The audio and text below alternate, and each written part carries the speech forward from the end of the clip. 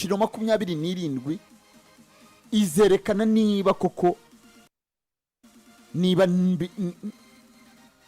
tubyumva kimwe ishobora kwerekana intumbero za Ruben Amorim. Urumva icyambere kimuzanye no gutsinda ibyo ngibyo byo nawe arabizi kandi ikindi nuko aje gusimbura byari binaniye. Urumva rero niba udashimye ibyo Ten Hag yakoraga ukaza nundi wundi nawe akwiriye kuza kuri birenze by'undi uwo sezereye akora. Byose bishingira ku bakinnyi, byose bishingira ku byemezo, byose bishingira ku mpinduka umutoza ashobora kuzana muri groupe. Nicyo dutegereje kureba kuva kuri iki cyumweru ubwo bazaba bakina n'ikipe ya Ipswich Town. Bishingira hanini rero kuza kukureba ngo umukino wa Ruben Amorim wubatse gute, amayiri yo gutsinda ayakoresha gute, ategura ate gutsinda umukino, insinzi zizazitegura gute. Ako niko kazi agomba gukora kandi nyine no mugabo uje avuye muri equipe yari iri hejuru mu gihugu cya Portugal, no mugabo uje kugira ngo akomerezeho akabyinzoze ze nkuko nawe yabivuze avuga ati mu byukuri gutoza iyi equipe umuntu wese abazi ikishaka, abazi icyo abafana bakeneye, abazi icyo agomba gukora. Icyo dutegereje nyine kureba no kureba ngo eske koko ni uburyo bw'imikinire buza guhinduka, nabajya muri ubwo buryo bw'imikinire nabo ubwabo baza guhinduka. Ngice musabira gusa nuko abana na groupe yose dawo ikivugira umuntu iyo ugiye imbere ya Beri yakomoje kivuga ngo umukoresha icyo azajyana imbere y'umukoresha yaba muri nibyo bashobora kumushyigikira mu kwezi kwa mbere muri izo transfer. Ben yakomoje ko kandi avuga ngo ntifuza guspendinga amafaranga, ariko nanone muri iyi mikino 27 hari icyo azajyana we ubwe nka Ruben Amorim. Uretse ibyo Manchester United niturabigeraho ibyo bigomba kumuvugira nibihe ubundi yajyana imbere ku meza ya sebuje akavuga ati ibimvugira nibi muri iyi mikino 27. Igikombe bisa nk'ibidashoboka kuba yatwariye shampiyona, ariko hari ibishoboka. Hari ibikombe biri lokal Asanz ikipe kirimo irakina, ibyo biba bishoboka. Hari imikino afite muri Europa League agomba gukina, aho naho abagomba kumaximiza. Ariko kubijyanye na shampiyona ho icyo yakora cyaba kinahagije, cyaba kinaruta ibyo n'umuyobozi wese yamutuma uyu munsi none nuko yashyira equipe mu equipe. Nzababara cyane Ruben Amorim nabundi mutoza Manchester United yicaye kariyeri. Urebye uburyo Manchester United abatoza bagiye bayinyuramo, karite zose abatoza batoya, abakuru, abafite experience bagiye babagerageza. Ba pointinga David Moyes yari umutoza uri promising mu Bwongereza, mazi giye muri Everton. Regardless nubwo atari choice yabo ya mbere, ariko n'umutoza wabayeho hafi cyane. Ni nawe mutoza bahaye igihe kinini, menya baramaye nk'imyaka 5 cyangwa 6 kuri contract. Unfortunately ntibyakunda ahita yirukanwa, kariyeri ye ibisa nk'irangiriye aho ngaho kuri rwa rwego rwe yatekerezagaho. Nyuma ya David Moyes basanga umusanza wifitiye 7 nziza ibyibushye yimereye neza mu gikombe cy'isi cya 2014, bamuzana birukanka bati noneho wowe ufite izina riremereye ushobora kuba waza ugatoza. Yirukanwe 2016. Kuva icyo gihe nta kandi kazi yongeye kubona uretse ejo bundi 2022 bamugarura muri national team n'ubundi bamukuyemo atoza umwaka umwe arongera aragiye. Jose Mourinho yari profile nini imaze gukora ibitangaza muri Chelsea imyaka 2, yatoje Real Madrid, Manchester United mu Akazi akorangiye ku bwanjye n'ibyo mbona byari igitangaza. Baramwirukana. Kuva icyo gihe nta equipe iri ku rwego rwa Manchester United cyangwa se byibura munsi ya gato yongeye gutoza. Yari Tottenham, Roma, Fenerbahce. Umva yagiye asubira inyuma. Undi Origani Soska biraho ubundi we ntabwo yari munini cyane. Bari bagereje ubwo bw'abana ngo ba equipe. Ntibyakunda nawe cyane. Eric Ten Hag nawe ari muri babatoza bamenyekanye bakuze, kuko asa nkaho neza yatangiye kariyeri ye muri Ajax, ariko yatoje Manchester United numva yarinjemo afite imyaka 52. uburyo agiye turabibonye mu batoza beza buri ekipe yo. Niba umutoza atekerejwe na Man City, niba umutoza atekerejwe na Liverpool, bikwereka potential na skills afite.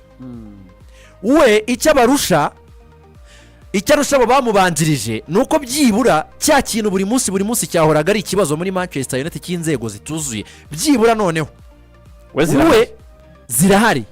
Ni nawe mutoza buriya wenyine na Siri ingingo ibikomeye, niwe mutoza wenyine nyuma ya era ya Ferguson uhawe permanent deal muri sezo hagati, uhawe amasezerano y'igihe kirambye ari muri sezo hagati. Buriya na Sir Alex Ferguson yahawe akazi mu kwa 11, niwe mutoza abaheruka kubikorera. Hari icyo bamubona rero. Sinzi ko wenda ibyo amaze gutoza abakinnyi batarimo 14 bajyanye n'ama ekipe y'ibihugu nibyo baraza kugaruka iyo minsi ibiri imbere y'uko bakina babe bahageze, kuko n'uyu munsi hari abakirimo barakina mu bihugu byabo, hari n'abari buze gukina uyu munsi. Ndumva n'ejo hari imikino bakabona gusubirayo. Simamya cyane ko kuri match ya Ipswich wenda dushobora kubona impinduka nini cyane igaragara. Bibaye sava, bitanabaye haba hakiri kare kuri we, ariko hari ikintu yatanzeho nk'isezerano Benja kuri match ya Ipswich. Yaravuze ngo muzabona the idea, igitekerezo. Umukinnyi ashobora kuba atarabyumva, abakinnyi bashobora kuba batarahagera, ariko hakagaragara igitekerezo cy'icyo umuntu arimo arashaka kugerageza gukora cyangwa se kuzakora mu bihe biri imbere. Ari nayo mpamvu bya bindi Benjamin yavugaga ko ashaka kuguma ku bintu bye yatozaga. Yagiye muri academy azamura y'umwana w'imyaka 16 witwa Godwill, irindi niba ngari ku nkonyi, niba ngari ku nkonyi, aza kunshyira ifoto ye. Godwill ni umukinnyi ukina ibumoso, shyiraho ahagaze wese. Iyi ngiyi ni umukinnyi ukina ku ruhande rw'ibumoso. Nabonye ibinyamakuru ninjoro kuko nibwo namubonye bavuga ko bamuzamuye, njya kumushaka kuko Manchester yerekanye n'imyitozo yiwe ya mbere. Bavugaga ko ngo ni style ya Josco Vardiol wa Man City. Donc ushobora gukina neza nka left wing back iriya kuruwari yose mu gihe mugiye muri defense ya A3, cyangwa se wanamukenera muri batatu b'inyuma akaba yagukinira kuri yo side y'ibumoso. Mitambihuza rero nuko Manchester United basanze nta mukinnyi muzima w'imoso kuri gatatu hari, abe Lukshaw, abe Tyrell Malacia, n'abakinnyi bari bongeye bagize setback. Nubwo nabonye Malacia we yakoze n'imyitozo, yari ari muri kwabonaga ko Malacia yari waramukoroshe cyane kuri iriya left wing back. Undi yatekerezaga na kuba yashyira ni Lautaro Martinez, nawe nabonye ko bavuze ko yahise areftinga camp Lisandro Martinez ahita ava muri camp yirukanka kugira ngo agende arwane na fitness, umutoza mubone mushya hakiri kare abe yamukoresha. Aho ngaho rero akaba navugira ni the idea yatanzeho nka promise muri interview ye ya mbere yagiranye na bari abantu bo muri Manchester United. Yavuze ko iyo ishobora kuzagaragara kuri match ya Ipswich. Now igisabwa cyo ni resulta to the maximum point. Ntibari buze guhita bamwirukana, wenda baraza gutegereza, ariko ntacyo byaba bimaze anitegure mu gihe resulta zaba zibuze. Nka Ipswich kamutsinda match ikurikiyo baririmba Ruud van Nistelrooy abafana bari. Okay. Edizo asanze mu mikino 38 asanze intsinzi 18, ndavuga muri sezi ishize. Asanze duresheshatu, asanze intsinzwi 14 muri season ishize. Ubwo ndavuga ku manota 60 aho Manchester United yari iri season ishize. Iyi sezo asanze Manchester United ku mwanya wa 13. Ni ukuvuga ngo intsinzi enye, draw eshatu, intsinzwi enye. Kugeza kuri uyu munsi wa 11 wa shampiyona, we agiye gusabwa kugeza Manchester United hehe none, ku buryo ibyo bintu bishobora kumuvugira bikavuga biti uyu niwe mutoza noneho wa Manchester United nyuma ya Alex Ferguson tubonye ushobora kuyobora Manchester United akaba yayigarura aho yahoze. uyu mutoza impamvu arahangana nuko izo rezili tuvuze zabayeho zari mbi, asimbura wagize izo rezili mbi Erik ten Hag, kuko niyo mikino mo kugarukaho imwe mu yo batsinze yatsinzwe ten Hag yamaze gutandukana na equipe ku bwa Ruben Van Nistelrooy.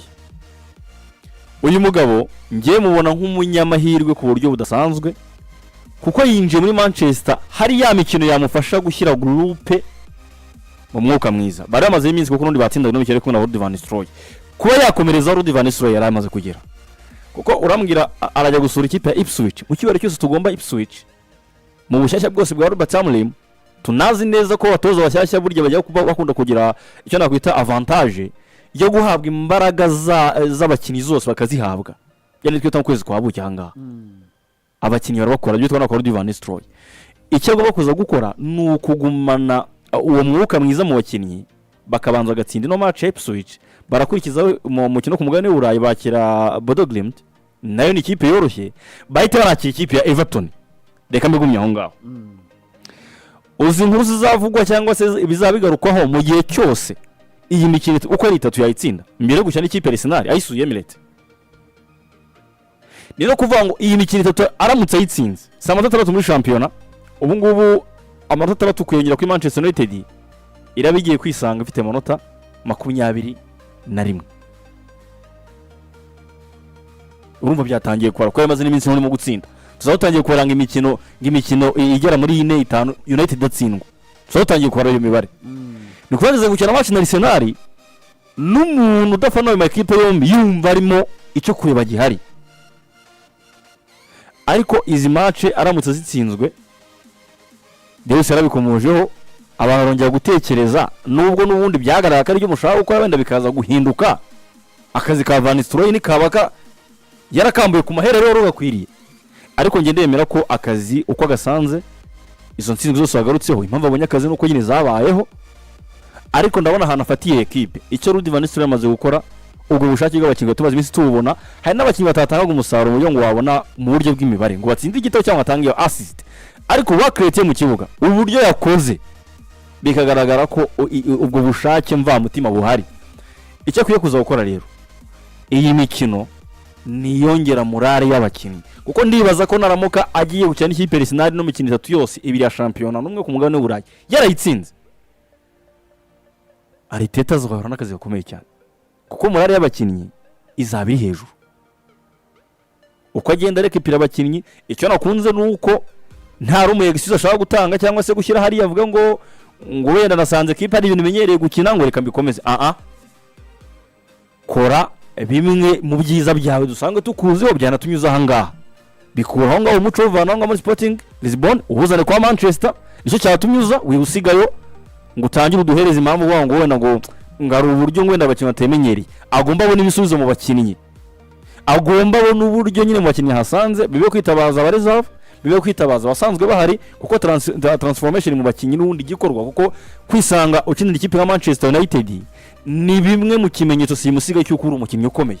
Ushobora kuba wenda ari muri environment itari nziza, ushobora kuba ari umutoza utagukoresha neza no guhabwa amahirwe n'icyizere wenda bitabiri kuri urwo ruhagije, ariko trust me gukina United bibari n'urwego rwawe rw'umupira w'amaguru waho.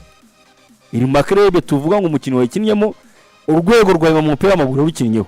Rero icyo akwiye kuza gukora ubwo bushobozi abakinnyi bose babonwemo kugira ngo baze muri Manchester nabo byaza umusaruro muri 3 agende akora ikintu cyatuma nyine nawe uyu mwaka w'imikino aho bamo mu buryo bigaragara ko atari kugendera ku ipine, cyangwa se kuko umwaka w'imikino nyine watangiye bakirukana umutoza akagomba ko wenda ikipe itakwirukana abatoza bayi mu mwaka umwe.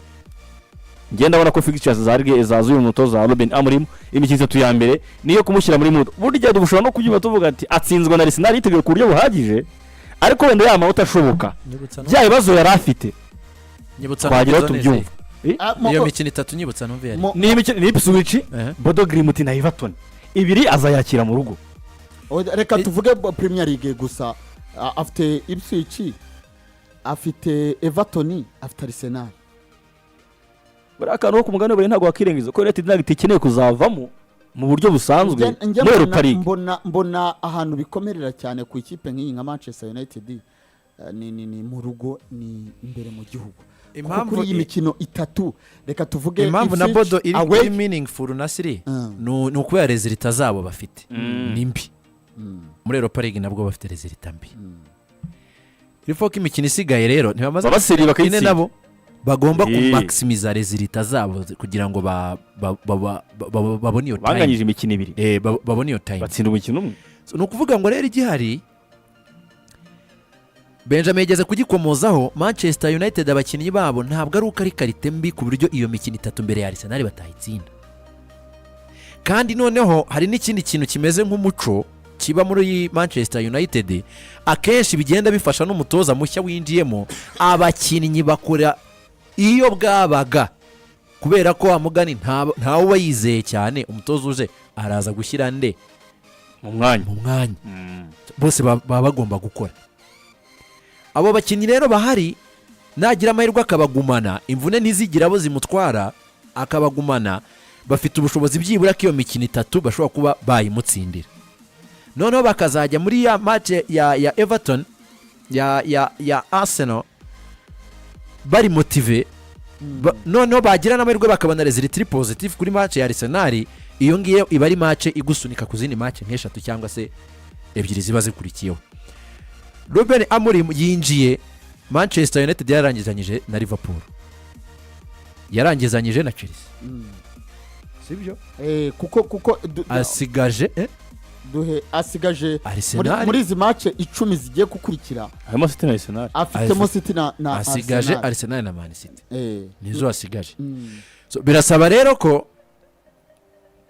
aza kugira uburyo ki ari buze kubona resulta zibanze cyane muri iyi mikino ifungura itanga icyizere ku buryo yongera kubanza nawe